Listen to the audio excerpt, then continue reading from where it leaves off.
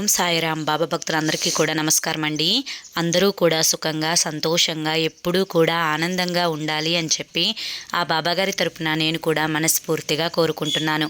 ఈరోజు బాబాగారు అందించే సందేశం ఏంటి అంటే కనుక, తల్లి, ఈ కొత్త సంవత్సరంలోపు ఇది నువ్వు తప్పకుండా తెలుసుకొని తీరాలి.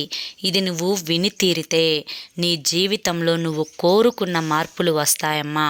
అదృష్టం అనేది నీ జీవితంలో అడుగు పెడుతుందమ్మా అని చెప్పి ఏదో తెలియని సందేశాన్ని ఈరోజు బాబాగారు మనకి అందించాలి అనుకుంటున్నారండి.